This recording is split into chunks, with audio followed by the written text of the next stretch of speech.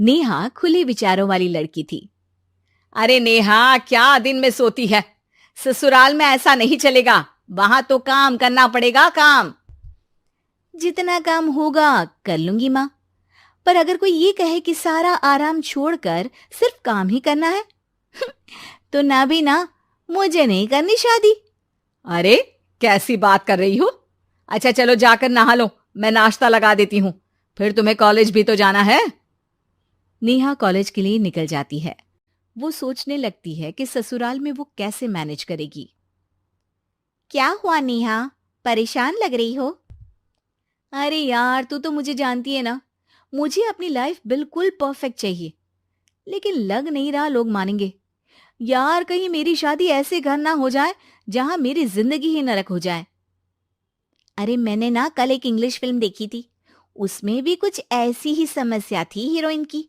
अच्छा, तो फिर क्या किया उसने? उसने तो अपने होने वाले पति से साफ साफ कह दिया कि वो पहले उसके घर कुछ दिन तक बिना शादी के रह कर देखेगी, और अगर ठीक लगा तो ठीक, वरना तेरे मेरे रास्ते अलग। अरे हाँ यार, ये तो बिल्कुल सही आइडिया दे रही है तू मुझे। चल मैं तो चली। थैंक्स यार, तूने मेरी प्रॉब्लम सॉल्व कर दी।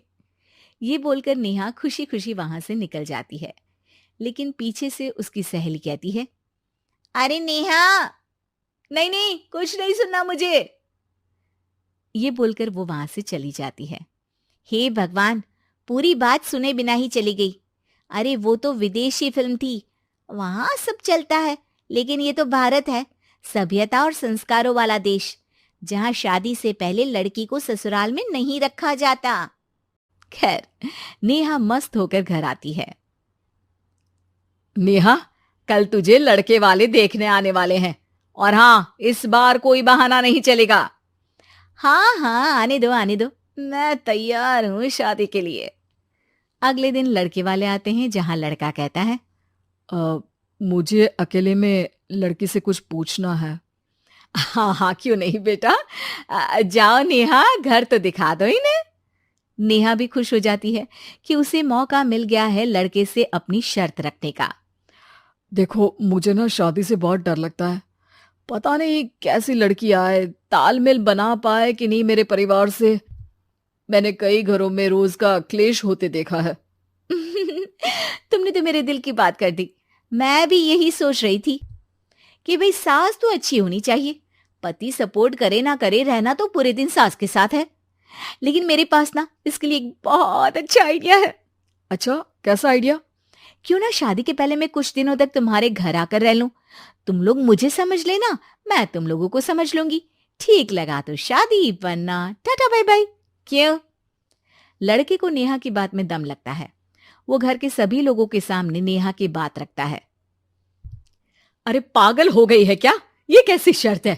अरे शादी से पहले मैं क्यों तुझे किसी और के घर भेजूंगी रहने? अरे लड़की के ख्याल तो 20 साल आगे के हैं, इतनी भी खुले विचारों वाली लड़की नहीं चाहिए हमें। अरे माँ, क्या बुरा और गलत बोल रही है ये? रहना तो हम दोनों का है ना। कल को कोई परेशानी आई तो तुम सब तो ये बोलकर निकल जाओगे कि जिंदगी तुम लोगों को ही निभानी है। तुम लोगों को जो करना है करो, तब क्या करूंगा बताओ? सबके समझाने पर वो लोग मान जाते हैं। वाह, मैं 2-3 दिनों में पैकिंग कर लूंगी, तो आकर मुझे ले जाना। और नेहा पहुंच जाती है विशाल के घर। आओ आओ, ये रहा तुम्हारा कमरा। इस घर में तुम एज अ गेस्ट रहो, लेकिन माँ तुम्हें बहू की तरह ही ट्रीट करेंगी, और तुम भी उन्हें सास की तरह ही रखना। बस फिर क्या था, शुरू हो जाता है लिव इन सास बहू का ड्रामा। अरे चाय तो बना दे बहू। जी सासू माँ, अभी लाई। नेहा चाय लेकर आती है कि बस चाय लेकर आई हो, इसके साथ पकोड़े भी ले आती। लेकिन आपने तो बताया ही नहीं कि आपको चाय के साथ पकोड़े भी चाहिए। हाँ हाँ, अब तो पता चल गया ना। रात को खाना खाने के बाद नेहा किचन में खटर पटर कर रही होती है। क्या हो रहा है वहां नेहा? माँ जी, मैं ना रात को अदरक वाली चाय पीकर सोती हूँ, ये मेरी आदत है। अच्छा, तो जरा मेरे लिए भी बना देना। दोनों सास बहू रात को चाय पीती हैं। अगले दिन नेहा, मैं मंदिर जा रही हूँ, मेरी साड़ी निकाल कर बेड पर रख दे। नेहा सास के लिए साड़ी निकाल कर रख देती है। वो देखती है कि उसके आने के बाद से सास ने घर का कोई भी काम करना छोड़ दिया है। यार मैं क्या करूं? ऐसा ससुराल तो मुझे नहीं चाहिए था जिसमें मैं ही सारा काम करूं। मैं तो ऐसा घर चाहती हूं जहां सास और बहू दोनों मिलकर किचन में काम करें। हे भगवान, रात को चाय पी ली, पेट में गैस बन गई, अब तो चला भी नहीं जा रहा है। मुझे तो ऐसी बहू चाहिए जो हेल्थ के प्रति कॉन्शियस हो, क्योंकि वो ठीक रहेगी तभी तो मैं ठीक रहूंगी। दोनों समझ जाती हैं कि वो लोग एक दूसरे के लिए नहीं बने हैं। अगले दिन नेहा, जरा चाय तो ले आना। नेहा चाय के साथ चिला भी बनाकर ले आती है। सास खा पीकर सो जाती है।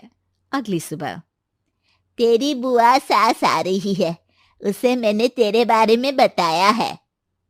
तभी वहां गंवार से एक महिला आ जाती है। चलो यहां से निकलो, कुछ नहीं है खाने के लिए, जाओ।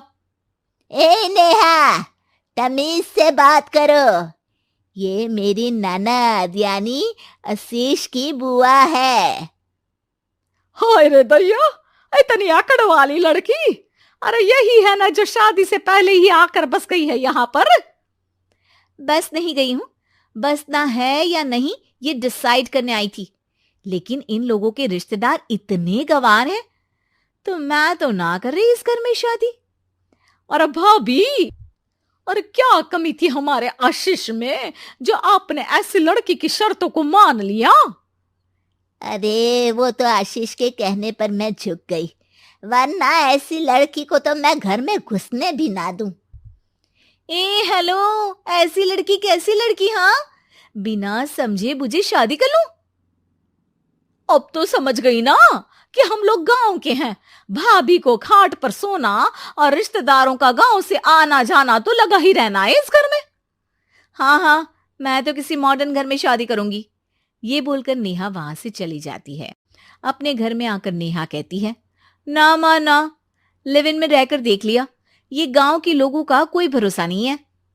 खैर, नेहा की शादी एक मॉडर्न घर में हो जाती है, जहां सास कहती हैं, हे नेहा, मैं टेनिस खेलने जा रही हूं, आओ तो जूस बनाकर रखना, और हाँ, वॉलनट्स और ओट्स भी बना लेना। जी माँ। माँ मॉम बोलो डार्लिंग, माँ इज ओल्ड फैशन। बेचारी नेहा सर पर हाथ रख लेती है। हे भगवान, ये सास तो सास ही होती है, गांव की हो या शहर की।